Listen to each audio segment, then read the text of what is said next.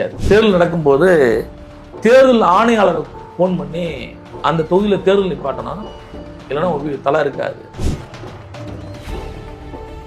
ஏன்னா சங்கரை காவல்துறை மட்டும்தான் நெருக்கொண்டு பண்ண முடியும். சங்கரை எளிதாக யாரும் நெருங்கிட முடியும்.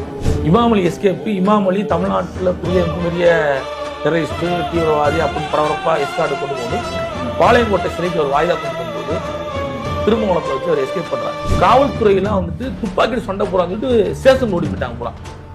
ஏகே படிச்செல்லாம் போட்டுட்டு காவல்துறை பயந்து ஓடிட்டாங்க, பயந்து ஸ்டேஷன் ஓடி போயிட்டாங்க, ஏதோ அடிக்கிறாங்கன்னு சொல்லி விட்டாங்க. அங்கிருந்து இந்த ஏகே படிச்சோன்னு எடுத்துட்டு வந்துட்டாங்க. சங்கர் என்ன செய்யறாப்புனா எதையுமே அசால்ட் அடிச்சுக்கலாம்.